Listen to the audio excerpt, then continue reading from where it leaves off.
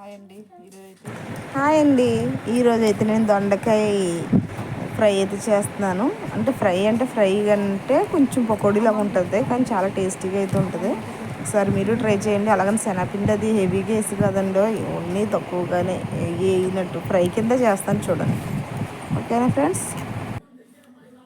దొండకాయ ఏదో చూస్తారు కదా, 4 పేర్ల కింద అయితే గుత్తంకాయకి ఎలా కోసుకుంటాం అలాగే దొండకాయ కూడా కోసుకోవాలండి.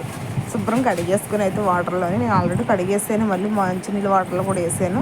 అలాగ చూసారు అలా కట్ చేసేసాను 4 ముక్కల కింద. అంటే 4 ముక్కల కింద విడదీసేయట్లేదు, గుత్తంకాయ కట్ చేసినట్టు మధ్యలో పెట్టి కట్ చేస్తాను అనమాట. అలా కట్ చేసుకోవాలి. కట్ చేస్తే ఇది పక్కన పెట్టేసుకుంటాను.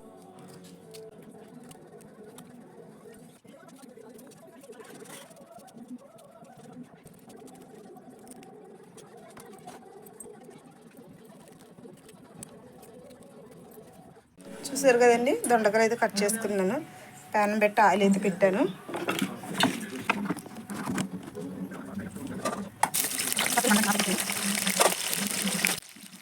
అదిగోండి, దొండకాయలు ఫస్ట్ ఆయిల్ అయితే వేపేసుకోవాలి. తర్వాత అయితే వేరుశనగుళ్ళు అయితే తీసుకున్నానండి. అవి మనం కొంచెం వేపేసుకోవచ్చు పౌడర్ చేసుకోవడానికి.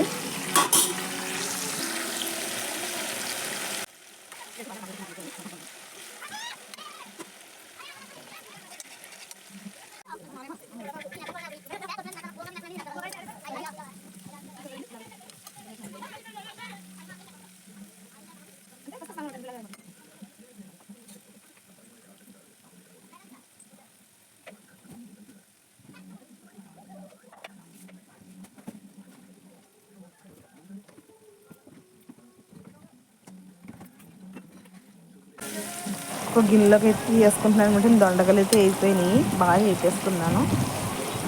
ఇది ఒక గిన్నెలోకి అయితే వేసుకుంటున్నాను అనమాట. ఇది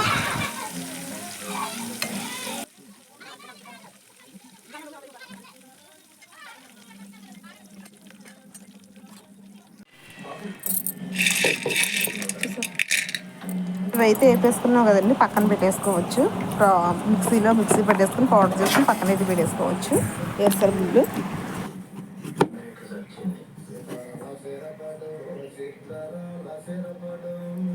ఫ్రైకి అయితే ప్రాసెస్ చూద్దామండి. ఇదిగోండి శనగపిండి మిక్సీలో పెట్టాను కదా, కొంచెం వేరుశనగుళ్ళు, అది పౌడర్, కొద్దిగా కార్న్ఫ్లోర్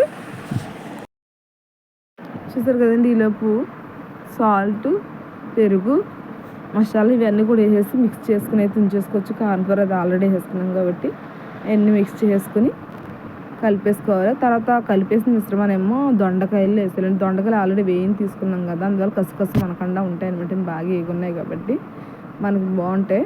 అందులో వేసి కలిపేసాను అనమాట. కలిసిపోయింది కదా, ఇప్పుడు ఆల్రెడీ ప్యానం పొయ్యి మీద పెట్టుకుని ఉంచుకున్నాం కదండి, అందులో వేసి మనం ఇప్పుడు వేపేసుకోవాలన్నమాట.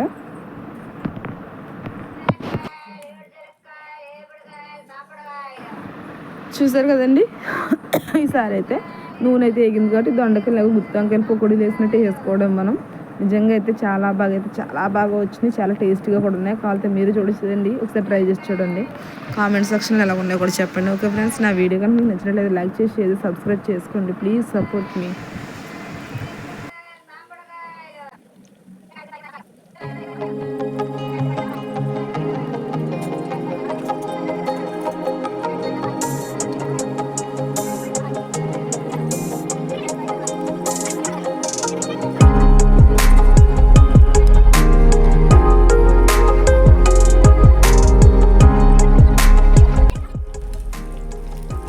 చూసారు కదండి ఎంత బాగా వచ్చినాయో, బాగా వేగి నిజంగా చాలా స్పైసీగా అయితే ఉన్నాయన్నమాట. అన్నీ కరకరలు ఆడతానే. మీరు కాదు ఒకసారి ట్రై చేసి చూడండి, నేను చెప్పిన నిజం అవుతుంది మీకు తెలుస్తుంది. నిజంగా అయితే చాలా బాగుంది. నేను చారు పెట్టానండి, చారు పెట్టి అయితే ఫ్రై చేసి కొబ్బరికి మాడుకు పచ్చడి చేసాను. నిజంగా పిల్లలకి చాలా ఇష్టంగా తింటున్నారు. మామూలుగా స్నాక్స్ లాగా ఉన్నాయి, మన ఈవినింగ్ స్నాక్స్ని కూడా చేయొచ్చు. నేను ఏదో ఆలోచించి అలా చేశానంటే. Please like